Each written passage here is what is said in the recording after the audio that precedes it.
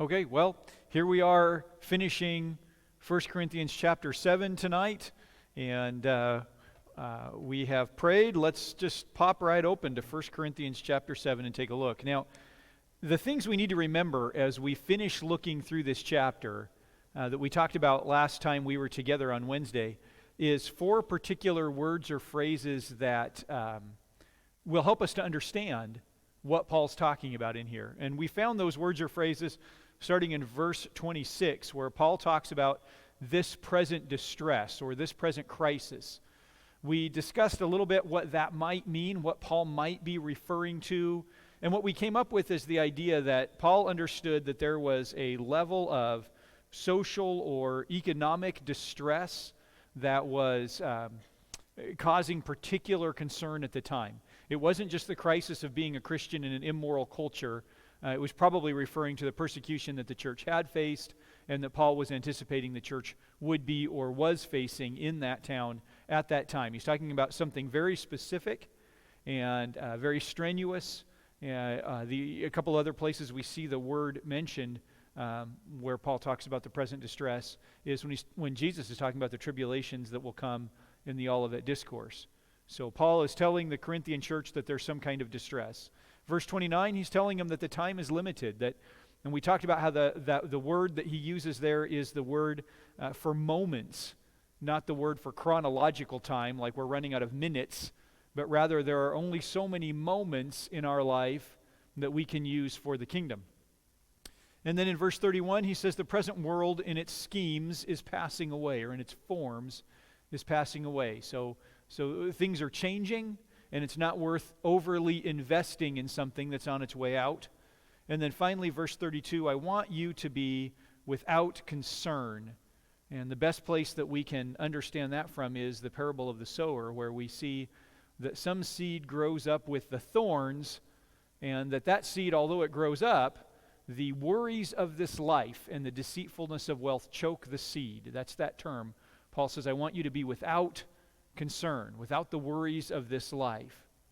When you put those 4 concepts together, you get a much better picture of why Paul is talking to the Corinthians the way that he is in answering their questions regarding marriage. And we'll talk more later about their specific question that we seem to be able to pull out of this section and how it affects everything else that he says.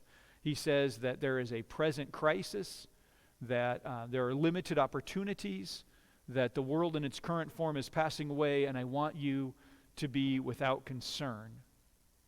Now, as he goes on from here, we're going to end up picking it up in verse 17 very quickly, and then we'll slow down a little at verse 25. As he picks things up from here and finishes this chapter, Paul is going to work to find that delicate balance between legalism and license. Those are kind of the 2 pits that Christians fall into when they try to answer questions for themselves about life. It's like one of those movies where the characters are in a perilous situation and they must cross a narrow bridge, and on one side of the bridge there's a deep gully, and on the other side of the bridge there's a different deep gully, and they've got to stay right on that bridge in order to make it through safely without falling off into one of those gullies or one of those pits. As we finish chapter 7 and get into chapter 8 and 9, we'll see Paul become more and more specific about avoiding either of the 2 pits on either side, one being legalism and the other being license. Legalism is where our spirituality is determined by our willingness to comply with rules and regulations. That there's a set of rules and regulations that have been developed not necessarily in the Bible, but more out of tradition or out of our cultural mix of the group that's our church. It's not something that's regulated by the Spirit, by the Holy Spirit, but something that's regulated by not necessarily the law, but by our law. It's something that stifles our freedom and confuses our conscience and limits the words of God. Legalism. In order to be a good Christian, you must not do these things, and you must do those things. And if you do what you shouldn't and don't do what you should, then you have failed as a Christian. To adopt a legalistic view is to step off the bridge into one pit of Christianity. You're never going to proceed. You're going to be stuck there. The opposite side is license. License is the idea that because the Son has set us free, and we are free indeed, we are absolutely free to engage in anything that we should choose. Our spirituality is not judged by our willingness to comply with regulations like legalism. Our spirituality is judged based on our own conscience. What do we feel is good and bad? That's license. With license, people feel the freedom to engage in all sorts of manners of activities that we're specifically told to avoid in Scripture. We can engage in those manners of activities for a couple of reasons. For one thing, because we're Christians, so therefore we're free. And secondly, since Jesus died for every sin that ever has been done and ever will be committed, I'm already forgiven for the thing that I'm considering doing. You see? That's license. It is a heresy and it is a curse, and it only brings bondage to the flesh, just like legalism. It's heresy and it's a curse, and it only brings bondage to the flesh. I came across the words to a hymn that I don't think have ever sung in all of Nazarene-dom. Maybe somebody has. I had never heard it before and stumbled across this. Actually, I heard Alistair Begg mention it, and so I looked it up. And the hymn is called "Make Me a Captive, Lord." Have you heard this hymn? Make me a captive. Here are the words. I'll just give you the first two verses. Make me a captive, Lord, and then I shall be free. Force me to render up my sword, and I shall a conqueror be. I sink in life's alarms, when by myself I stand. Imprison me within thine arms, and strong shall be my hand. Verse 2. My heart is weak and poor, until it my master find. It has no spring of action sure, it varies with the wind. It cannot freely move till thou hast wrought its chain. Enslave it with thy matchless love, and deathless it shall reign. Make me a captive, Lord, and then I shall be free. Isn't that something? Total opposite of what the world thinks. Make me free to do whatever I want, and then I shall be free. Make me free by giving me very clear list of do's and don'ts, and then I shall be free.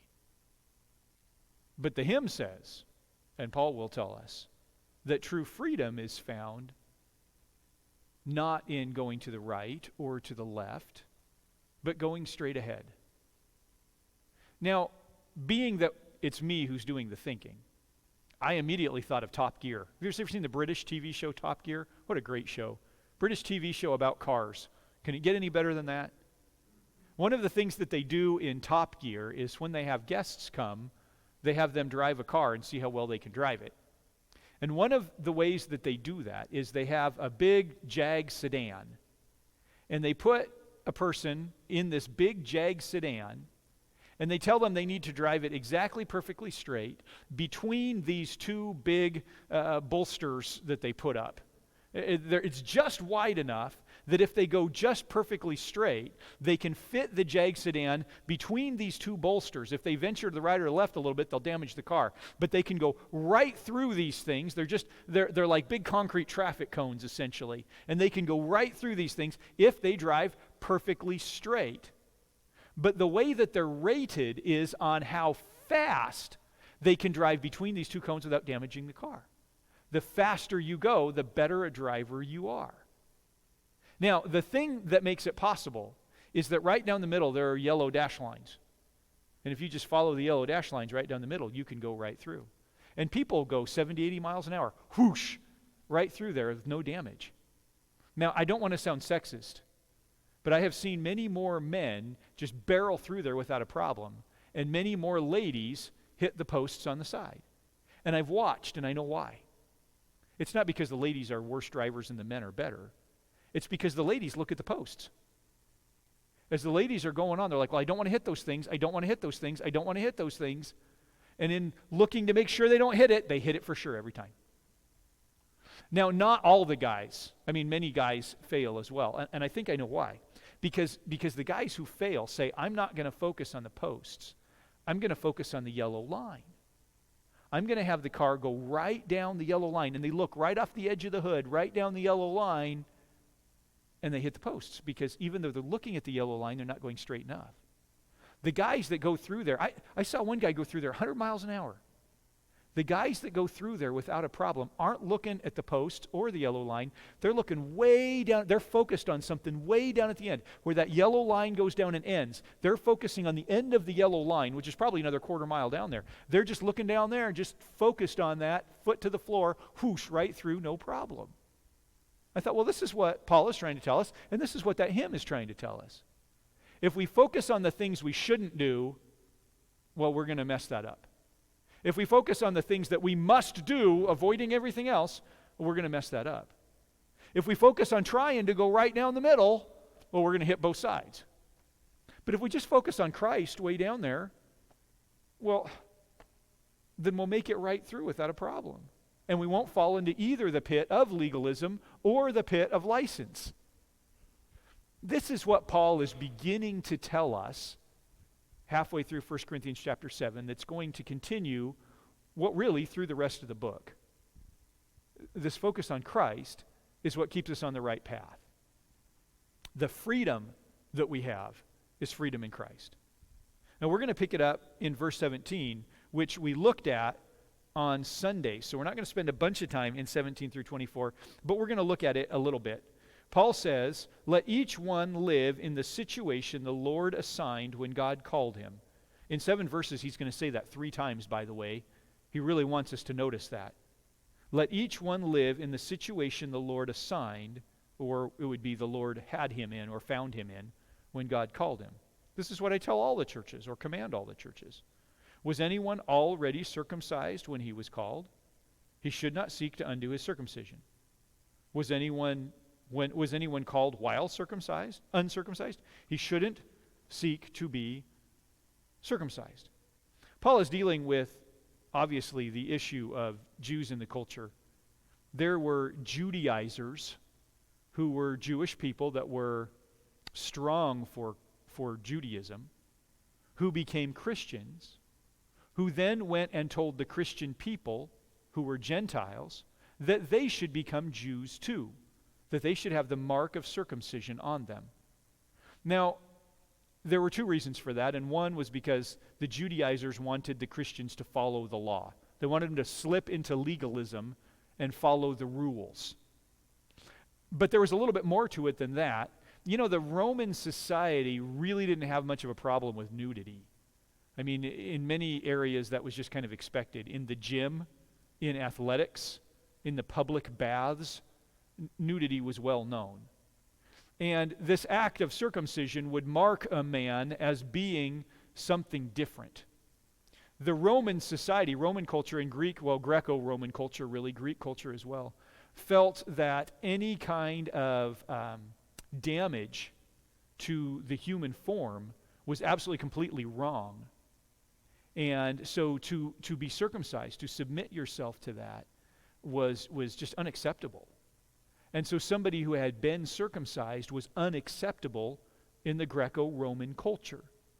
And it would be pretty easy to tell if they showed up at a gym or athletics or a public bath that they had been circumcised and this wasn't acceptable. And the Jew says, yeah, we shouldn't be acceptable. We should not be acceptable to the culture. We should be avoiding those kinds of things. You should take a stand, Christian person, to let the world know that you won't have anything to do with the culture around you. You should separate yourself. I mean, Peter said in 1 Peter 1:16 that we are to be holy, the Lord said, because I am holy, quoting out of Leviticus. And to be holy is to be separate and to be different. And so you should be separate and to be different. And you should be willing to be marked in such a way that makes you a reject of society if you're going to be a Christian. They said that this is what you needed to do. And Paul came along and said, you should be free. You should not be a Jew following the Jewish law. You should be free. Christ fulfilled the law. There's no way you can add to your salvation. There's no way you can add to being good enough by following the rules. Following the rules doesn't do anything for you. Circumcision is the ultimate act of following the rules. It is totally unnecessary, and these people said, therefore, don't do it. As a matter of fact, if you do that and are a reject from the culture, how are you going to share Christ with anybody? I mean, Paul said back in chapter 6 here that if he, or 5 I should say, that if he'd have told you to avoid the sexually immoral outside the culture, well then you'd have to get on one of Elon Musk's starship and go to the moon, because they're all around you and there's no way you can avoid them. You should be part of the society around you so you can influence it for Christ. And so some people said you absolutely should not get circumcised. As a matter of fact, if you've been circumcised, they said, you should have a surgical procedure to reverse that. There's the writings of a philosopher and a medical man that was Greek. It was a Roman guy at this time. His name was Epictetus? I can't remember. I don't know if I wrote it down. Anyway, he wrote a very lengthy description of what was involved in that surgical procedure, and let's just say it's not pleasant. But that they would, that you could do that. And there were some Christians who had been Jews, who were Jews before they came to Christ, who said, I need to undo my circumcision so that I'm no longer a Jew. Paul said, that's stupid. It's stupid to go through circumcision, and it's stupid to go through uncircumcision. It doesn't matter. He says specifically, verse 19, circumcision does not matter and uncircumcision does not matter. Keeping God's commands, well, that's what matters. That's what matters. He says again in Galatians 6:15, to the same issue, neither circumcision nor uncircumcision means anything. What counts is the new creation. Okay, Troy, you say that's really interesting, but it has absolutely nothing to do with us. Oh, does it? Well, there's a principle here that does have to do with us. Maybe you heard this week that Disney, which owns Pixar, is releasing a new movie, and the new movie is called, what's that guy's name? Lightyear. The new movie is called Lightyear, about Buzz Lightyear from Toy Story. Maybe you heard that in this movie, there is a homosexual couple who share a kiss in the movie. Now, can I just pause and say, why? Our children don't need any of that. It's a cartoon movie about toys. There doesn't need to be any kind of romance of any kind in a cartoon movie about toys. I mean, come on. This is pure propaganda. Whether it's a man and a wife or two whatevers, it's just pure propaganda. It's totally unnecessary, and so just whatever. Anyway, nonetheless, you might have heard about this movie, and it might have gotten you thinking about the direction that the Disney Corporation is going these days. And so you might have said, as a Christian, this is absolutely unacceptable. And so from now on, me and my household will boycott Disney. We will not have anything to do with Disney anymore, because a good Christian should not. A good Christian should not have anything to do with Disney.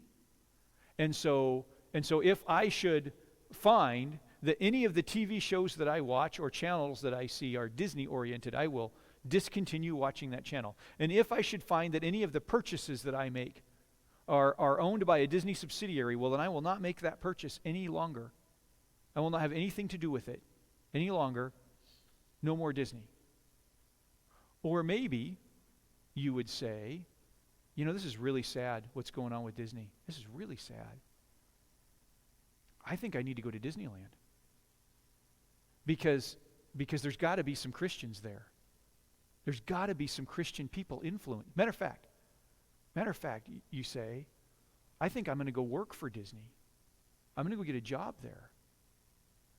Because there's got to be some Christian people influencing. Now, listen, I know that a lot of that stuff isn't good and all of that kind of thing. But I think that I need to support. I mean, there was a big argument for NPR not too awful long ago. Christian people stood up and said, we don't like the stuff on NPR. And so NPR said, well, if Christian people paid to support us like non-Christian people did, then they would have influence over NPR. Well, I got to have some influence over Disney. And the way that I can have influence over Disney is by being one of their customers. So I need to be a Disney customer so that I can influence Disney. And the one side says, you're nuts. And the other side says, you're crazy. And it's exactly the same argument. It's exactly the same argument. Legalism, I'm going to avoid it. License, I'm going to use it. Neither one ultimately. Now listen, I'm not telling you how to behave politically. What I'm telling you is neither one ultimately is the answer. Imagine if instead of the world seeing Christians who either don't consume or do consume, instead if they saw Christians who are completely focused on Christ. What difference might that make to the world around us? Paul repeats the phrase, let each of you remain in the situation when he was called. Were you called while a slave? Don't let it concern you. Oh, but if you can become free, by all means take the opportunity. For he who is called by the Lord as a slave is the Lord's freeman. Likewise, he who is called as a free man is Christ's slave. You were bought at a price. Don't become slaves of people. Verse 24, brothers and sisters, each person is to remain with God in the situation in which he was called. Now, we've talked a bit about slavery. Slavery at this time made up about 50% of the Roman Empire. Tried to get some actual numbers for you. Nobody knows. Nobody even knows how many people. There were somewhere between 39 and 400 million people in the Roman Empire in the first century. Nobody really knows. There were a number of censuses done. They don't do any good. All we know is that about half the people that were in the Roman Empire at the time were slaves. But not the kind of slavery that you're thinking. It wasn't like they were bought at a slave market, ripped from their mother's arms and sold at a slave market like you might be thinking. The slaves in the Roman Empire, there were certainly abuses, but many of the slaves were what we would refer to as the professional people. The accountants, the lawyers, the bakers, the people in charge of all kinds of education, doctors, well-educated people, but they didn't have rights over themselves. Their master had rights over them. Many of them, their master would give them quite a bit of freedom. They could get married, they could have children, they could even own property. But ultimately, they had sold themselves in a really intense form of full-time employment, if you will, to the master. Sometimes they were born into the master's household. The master would see to it that they're educated, would find the areas that they were strong in, educate them in those areas, whether as a tradesman or a professional or whatever, and then the work that they did would benefit the master's household. Sometimes the master had allowed them to do outside work. Say they're a really good bricklayer, the master would allow them to take outside jobs, make extra money, and with that money purchase even their freedom, purchase their own life's value so that they could be free. The problem came when a slave got saved by Christ and the slave master got saved by Christ. And again, it came down to the same issue of legalism or license. Legalism said, Christ has set me free, therefore I should be free. And this man cannot be my master because Christ is my master. License said that because my master is a Christian, I now have leverage. He needs to treat me in a particular way because I'm a Christian brother too. So even though he supplies for me my food, my housing, my clothes, he takes care of my family, he's my employer who pays me a more than full-time wage just by supplying my life's needs and any wants that I might have. Well, that's not good enough, you see. We're brothers in Christ. He should treat me as an equal. I should get anything that I want out of this deal. For a really interesting comparison, read the book of Philemon. You'll see it there, both sides of it, laid out very briefly in the little bitty letter that Paul wrote to a slave master named Philemon about a slave of his named Onesimus. Really interesting stuff. So the one side says, I should be free legally because Christ is my master. And the other side said, I don't need to be free. This guy should be taking even better care of me because my master's a Christian and I'm a Christian and we're Christian brothers. Which one is it? Paul says, it doesn't really matter. Don't let it concern you. Don't get big on this deal. He was called by the Lord as the Lord's slave, and he who is free he who was called by the Lord as a slave is the Lord freedsman, and he who was free, well, he's Christ's slave. Now, he does give this advice. But if you can become free, by all means take the opportunity. That is actually common advice in the Roman Empire. I found that elsewhere. There was another Roman slave, and I can't remember his name, and I wrote it down somewhere, who was a philosopher who made that exact statement. It's almost as though Paul's quoting him. If you can become free, become free. But if you can't, it's okay. Paul does say don't sell yourself into slavery. So if you are having a hard time, employment is bad, you're deeply in debt, you could take the option of becoming a slave, and then the master would pay off all your debt and take care of you. Paul says don't do that. Don't do that. Christ set you free. Trust in him. Don't trust in your own way. But don't fuss about this. Don't fuss about this. Now, there is an obvious connection to our work in that, which I talked about on Sunday. There are some who say, I am a Christian. The place that I am working for is a non-Christian environment. They're promoting non-Christian things. I should be free from that. I'm a Christian. And then there are others who say, well, I'm a Christian, my boss is a Christian, so it doesn't matter if I show up late for work. I'm his brother. Doesn't matter if I need to cut out a few minutes early. If there's some materials down here at work that I need to use at home, no big deal, we're brothers. Well, clearly, neither one of those is what counts. The thing that you should really notice there is that Paul tells the people, don't let it concern you. Don't get all wrapped up in it. I have seen people who became a Christian or who were a Christian and they're working in an environment that they felt was non-Christian, like let's say they worked for Disney. And they say, I got to get out of here. I got to find another job. And they bury themselves in a search for another job, and they're no good for the job that they're at now, and they're no good for the job they're going to get, and they're also no good for Christ. Because they're so focused on not falling into either pit that they won't just look at Jesus. I keep coming back to Adam's problem. He didn't have a wife. He didn't have a mate. He told God about it, and he took a nap. And just let God take care of it. It's as though Paul is saying that. You got a problem, financial problem? Don't be a slave. Just tell God about it and let him help you out. You a slave now and you don't want to be? Just tell God about it. Let him help you out.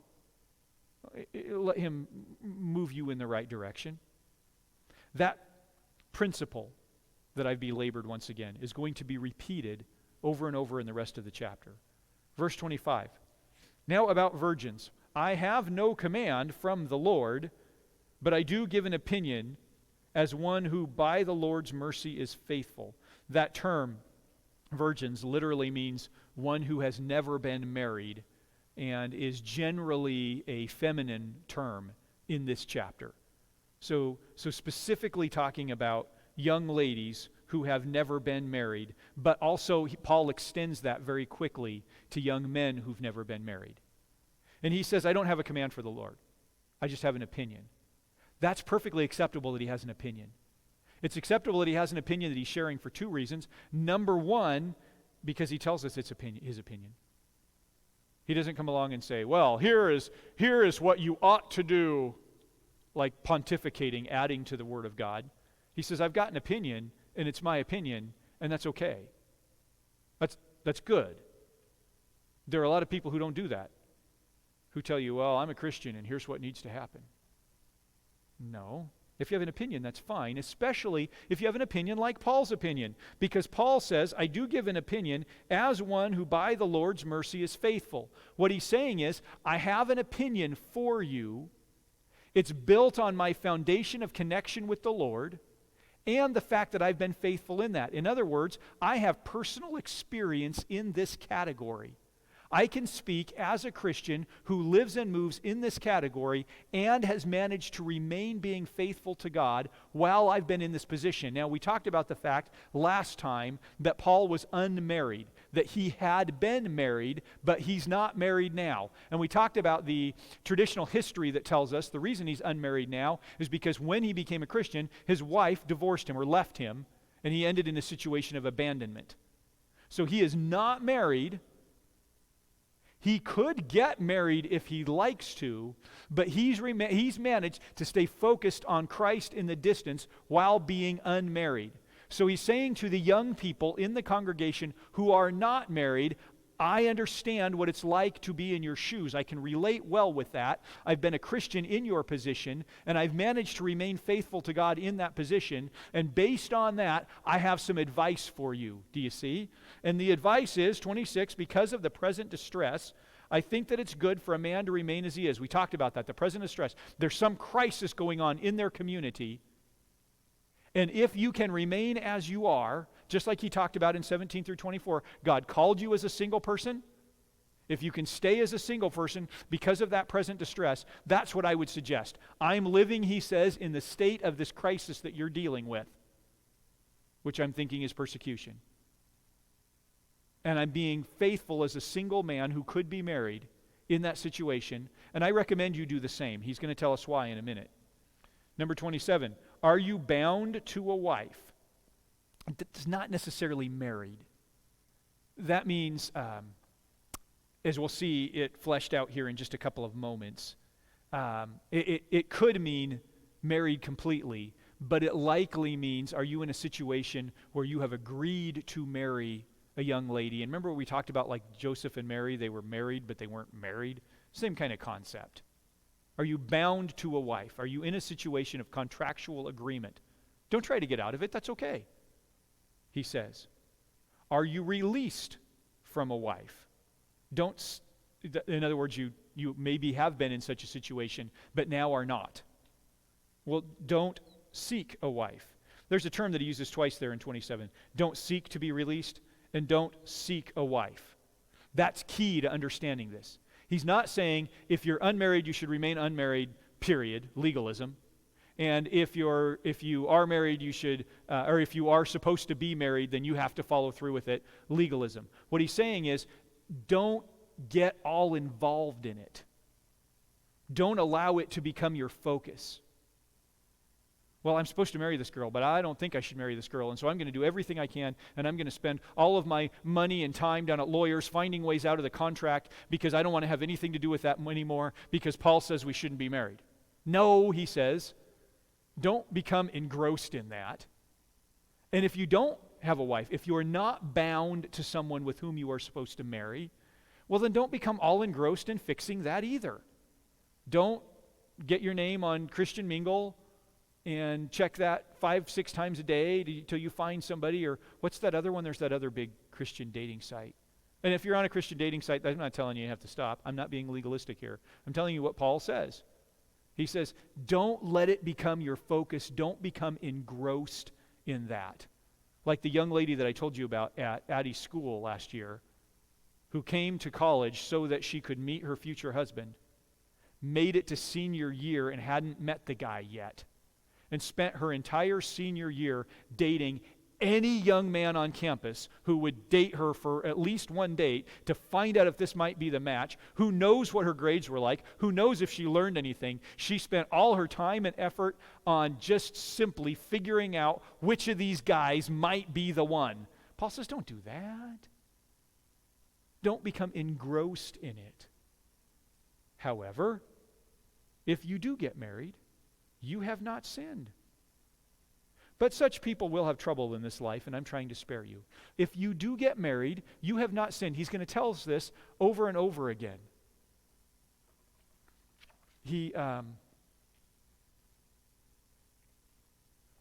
Yes, very good. He tells us, I just want to make sure I was in the right spot in my notes here so I don't get too far ahead and then have to take extra time at the end to fix it. He tells us if you do get married, you have not sinned. He's going to talk about that later again, and I want to lay down what he's talking about there about that. We are told in Proverbs that to find a wife is a good thing. I'm trying to find the actual verse, but I have it written down somewhere else. He who finds a wife finds a good thing and receives blessing from the Lord. That word, he who finds a wife finds good thing. It's the word Tobe in Hebrew, and it refers to the exact same level of good as when God looked at creation and said, this is good. Day 1, this is good. Day 2, oh, this looks good. Day 3, this is good. Day 6, he made man all by himself. This is not good. He made the wife. Oh, this is very good. It's good. The idea is it's complete and entirely adequate. We don't like the term adequate because we're Americans. We like everything to be above adequate. But adequacy really is perfection. It meets absolutely every need with nothing extra to get in the way. It's just exactly what's right. It's completely and totally adequate. Like when you're building a jigsaw puzzle and you're missing a piece, and then you find it and it fits just perfectly and snaps in and it's the right piece. You're like, yes, this completes my puzzle. That piece is adequate. Imagine if that was the one piece of the puzzle that's 3D. Well, that wouldn't work. Imagine that it fits in there, but it's got all these extra things on it. Well, that's not going to work. Imagine that it's right, but it's got even more colors than the other pieces. Well, then it's not right.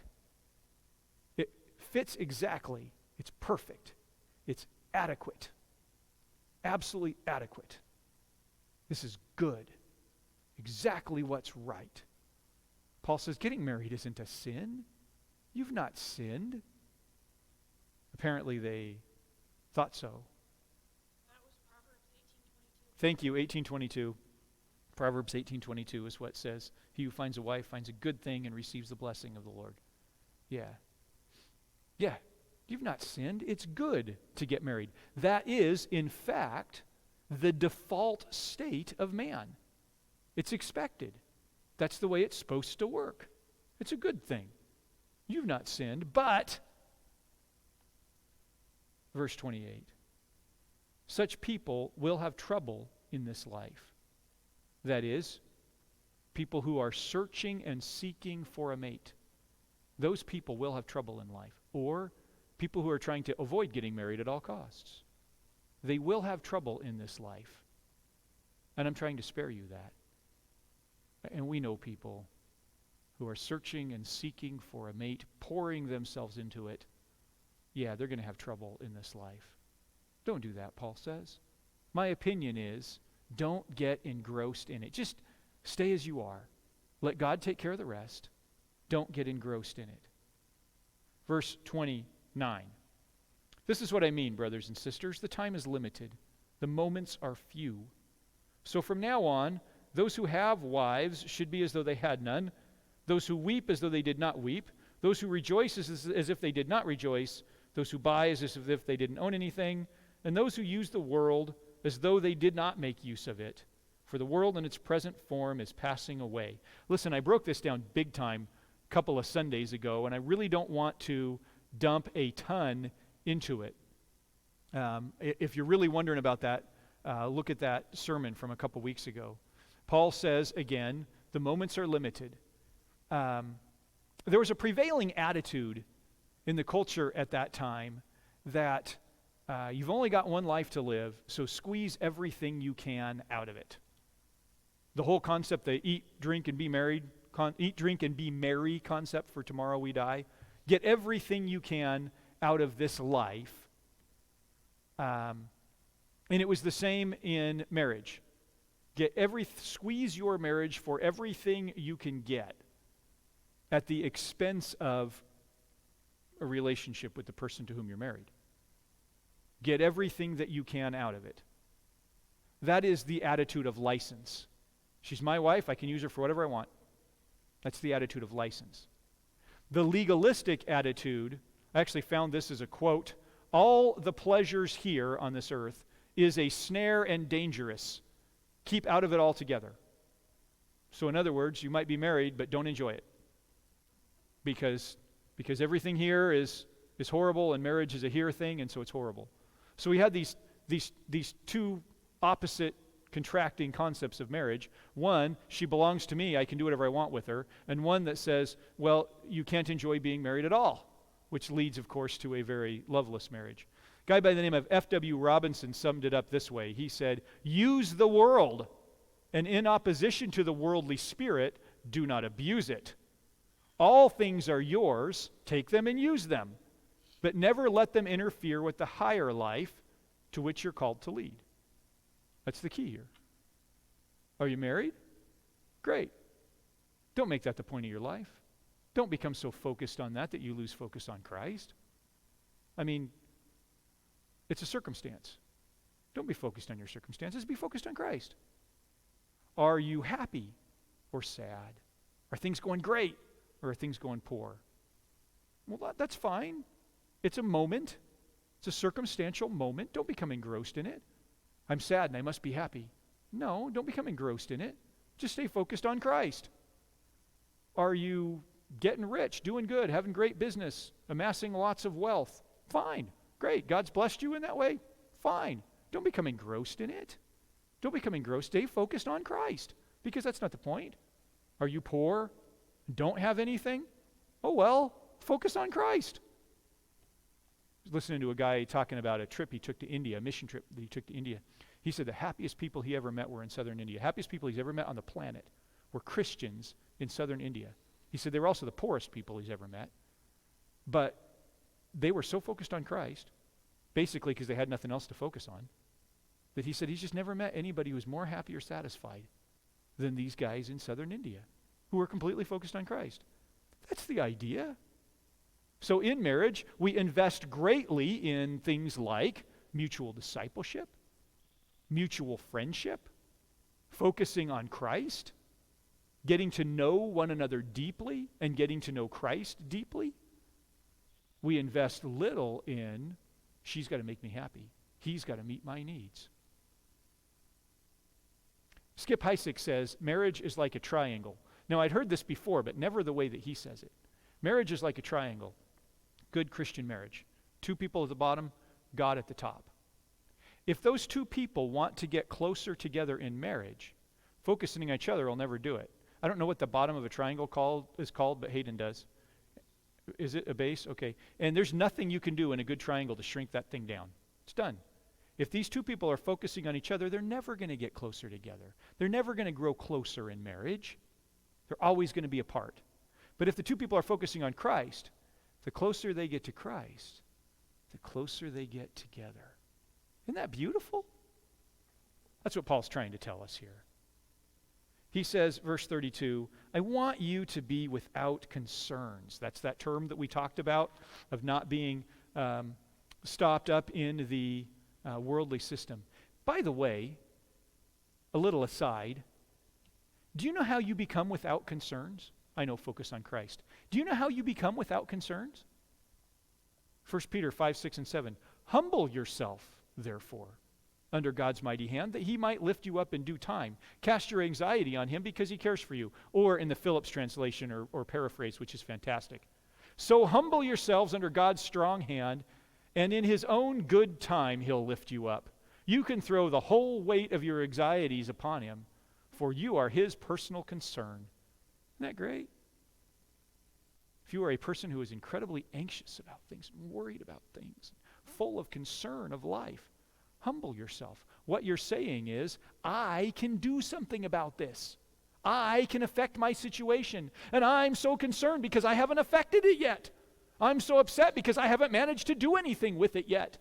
And the longer it goes without me doing anything about it, the more upset and anxious I get. Well, Peter says, humble yourself. Oh yeah, right.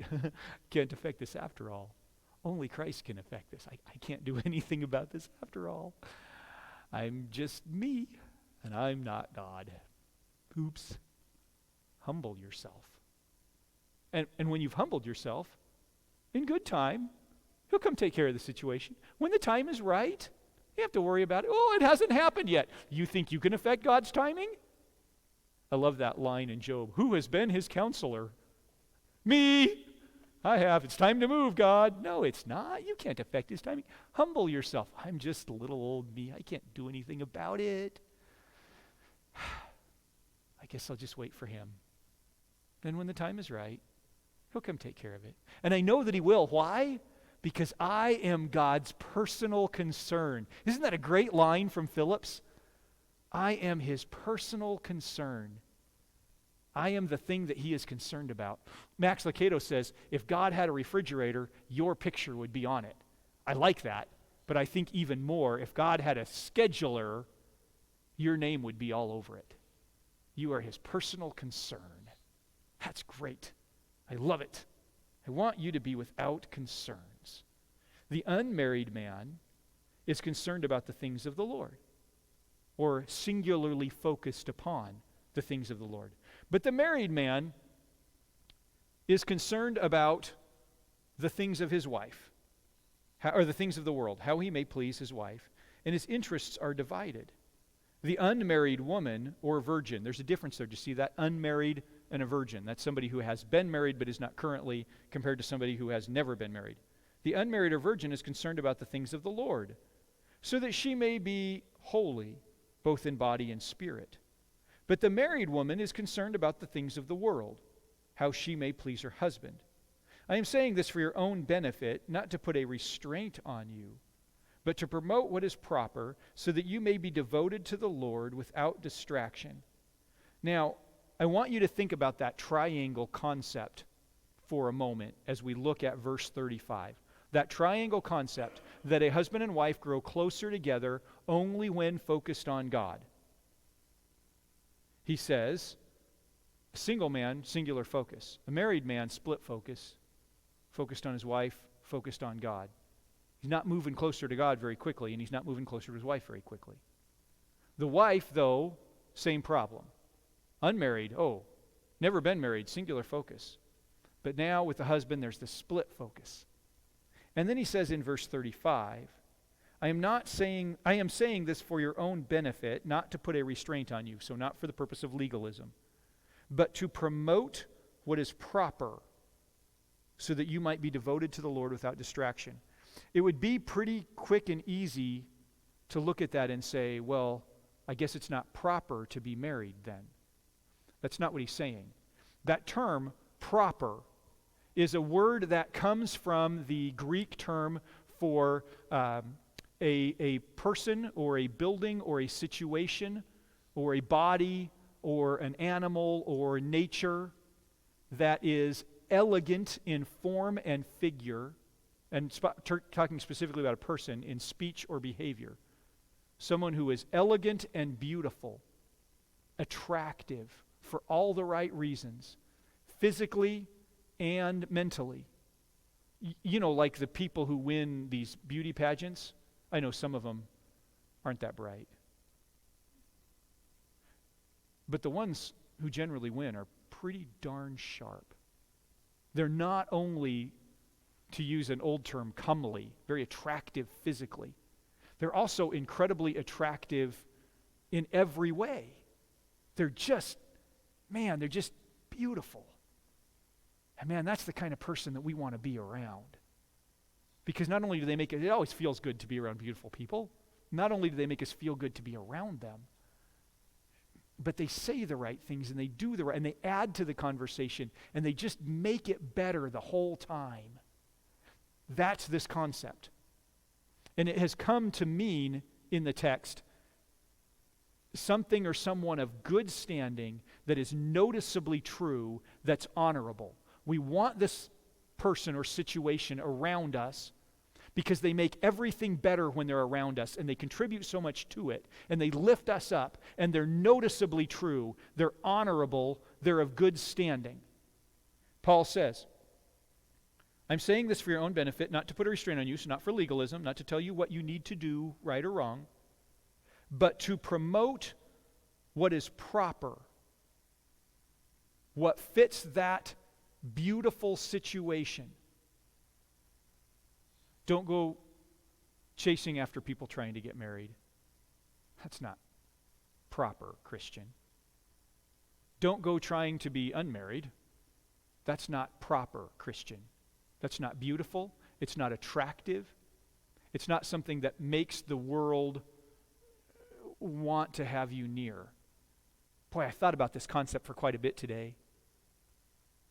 You know, Christians are expected to be proper. I'm not talking legalistically. I'm talking in this way. And Christians who are improper are detested by the world.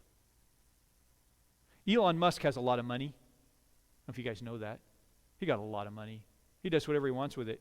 He's building a ship to go to Mars. The dude owns his own space-going company. Nobody really thinks a thing of it. Jay Leno, he's a super nice guy. He also is loaded, and he has the finest car collection in the United States of America, one of the finest car collections in the world. He buys any car he wants, restores them up. Nobody cares. It's fine. It's good. We don't mind. I don't really know if Jay Leno knows Christ, but he doesn't talk about it. And I know for a fact Elon Musk doesn't. He does talk about it. But Kenneth Copeland says he knows Christ. Kenneth Copeland says that he is a pastor. As a matter of fact, he is the richest pastor in America. He has his value, his worth, his net worth is $770 million. He has a $7 million mansion in Texas. It's on less than an acre. That's really important.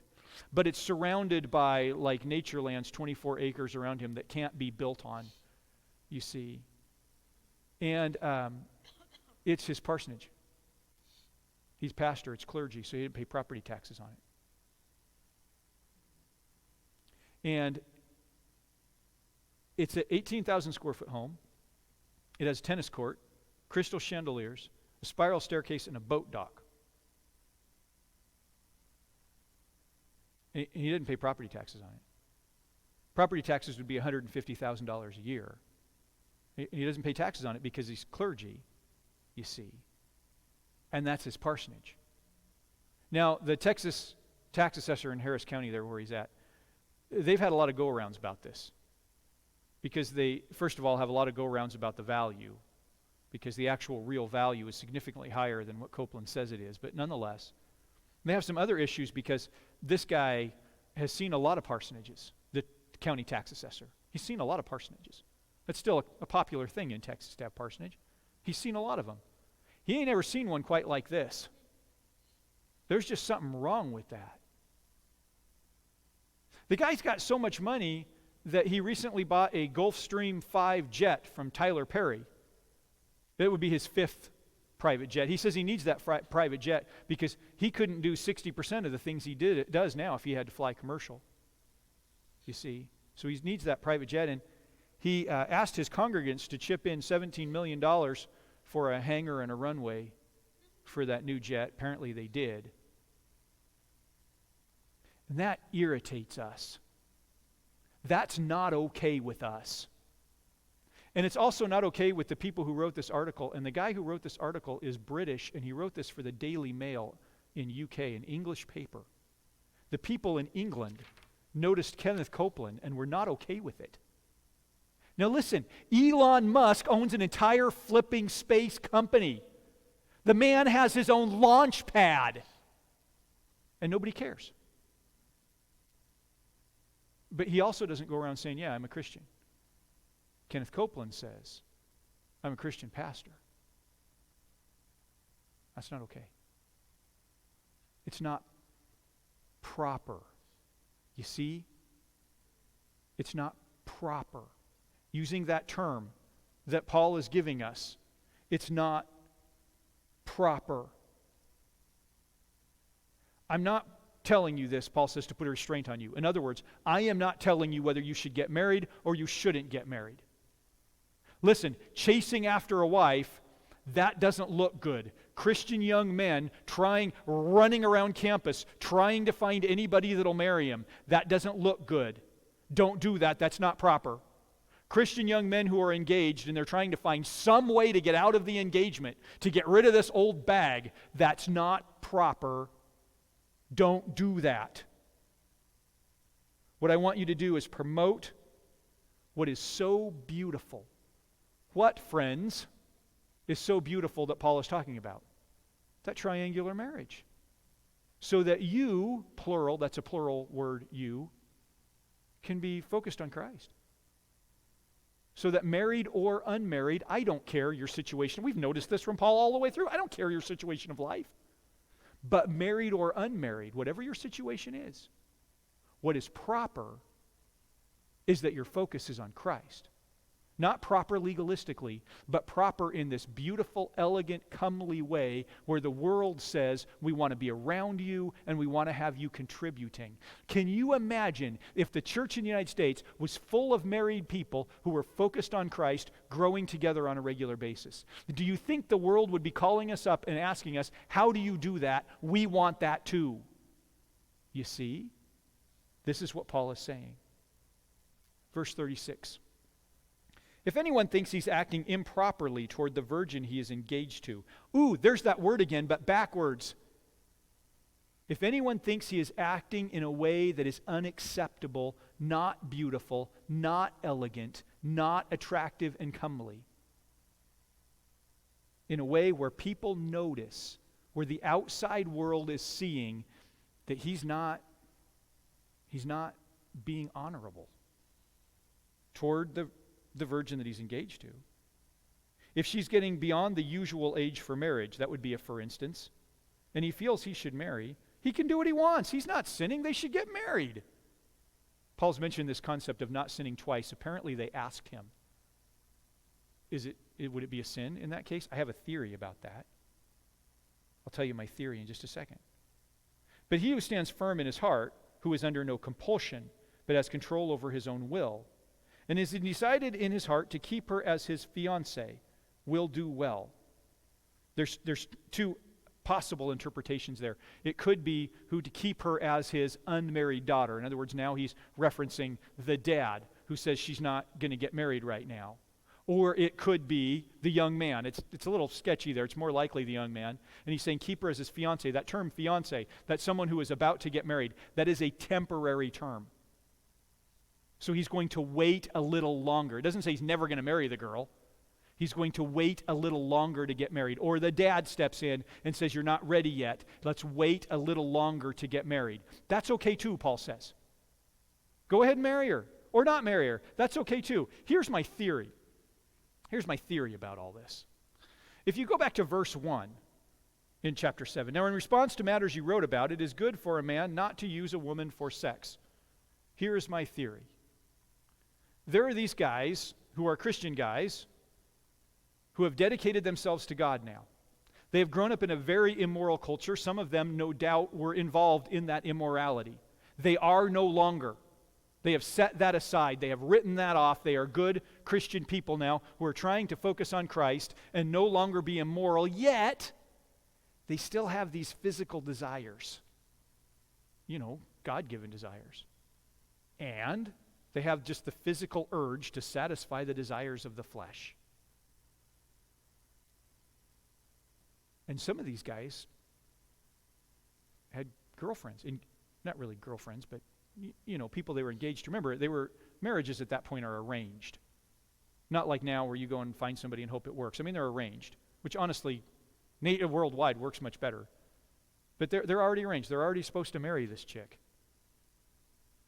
And they think to themselves, I can go ahead and get married for the purpose of satisfying these physical needs. I can use this woman for sex. Verse 1, is it good for a man not to use a woman to decide I'm not going to do this? Is that okay? Well, they're saying I can get married and I can take care of this issue that way. And they write Paul and they say, is that okay? And Paul says, well, first of all, you need to understand, that's not all there is to marriage. When you get married, there's going to be a lot of other burdens. There's going to be a lot of other things that you're going to need to deal with, you need to understand. And if you get married and you're focused on that, satisfying yourself in this way, then you're not going to be satisfied on Christ. Or you're not going to be focused on Christ, and it's not going to be good. It's going to be a burden. It's going to take your eyes off of Christ. So if that's the reason that you're thinking that you should get married, then you need to wait. You need to wait. You need to keep her as your fiancé, as it were. And I find this really interesting because this is a common issue we have in our culture. Young men are burning with passion and desire. They have been part of an immoral lifestyle. They may continue to have issues with pornography. And they go to their pastor or their wise advisor and say, what should I do? What should I do? And they are told, well, you just need to get married. Because once you get married, you'll have somebody to direct that toward, and it'll be fine from then on. You'll be free from the temptations because you'll be able to satisfy yourself in this way. That would be like an alcoholic who says, I really need to drink, I really need to drink, I really need to drink. Oh, it's burning me up inside. Oh, I know I shouldn't, but I really need to drink. And you saying, well, hey, let's just go down to the bar and get a drink then. Just one. And that'll take care of it. You'll be fine. You'll have the drink and you'll be good. It just doesn't work that way. When you have that all-consuming thing inside of you that your flesh is driving, and your flesh is calling out, satisfy me, satisfy me, satisfy me, well, satisfying it doesn't stop it. It strengthens it, and it gets worse. The only cure, which Paul has already told us earlier, and which he'll repeat again before we're over, the only cure is what Jesus said, deny yourself. Say, that is not me. I am not going to be that way anymore. How are you going to settle that? Well, crucify the old man. Paul says, I die daily. Daily I tell my flesh, I'm not doing this. That's not me. It's gone. And when you grow in strength that way, when you can focus on Christ instead of on trying to satisfy the needs of your flesh, well, then you're ready, Paul says. Then you can go ahead and marry the girl.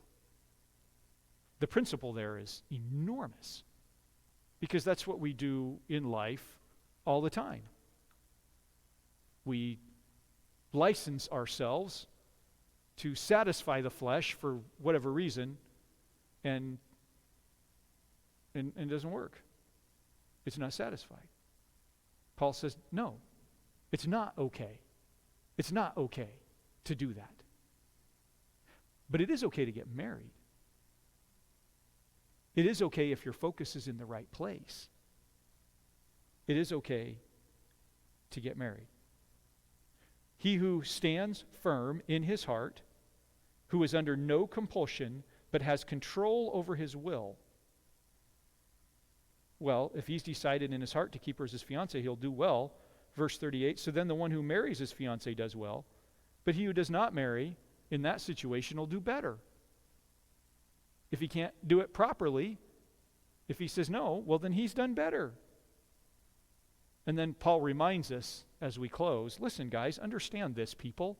A wife is bound to her husband as long as they live. So if you say, well, she's pretty hot, I'll take her, you're stuck with her. She's bound to her husband as long as he lives. Now, if her husband dies, she's set free to marry anyone she wants, but only in the Lord. But I think she's happier if she remains as she is, in my opinion. Remember, that's Paul's situation. And I think that I also have the Spirit of God. Now, I understand that some of you are not married, but most of you are. And so you're saying, well, that's really interesting stuff. But most of you who've been around the block a time or two can see the tremendous application to everything else in life. That's the way life works. You focus on Christ. If you allow yourself to be engrossed in the things of the world, to invest in the things of the world, you're going to find out very quickly that's not proper. It's not beautiful and comely for a Christian, and nobody wants to be around you. And secondly, you're going to find that you lose Christ to gain the world. And that is what that is about, and it's going to continue all the way through really the rest of Corinthians. But that doesn't mean you don't get to come to the Bible study. Let's go ahead and pray. Lord, I thank you for guiding us through the rest of this chapter, giving us some stuff to chew on and think about, and I pray that you will fill in us what we need so that we might be more Christ-like and more focused on you. I thank you, Lord. Amen. Amen.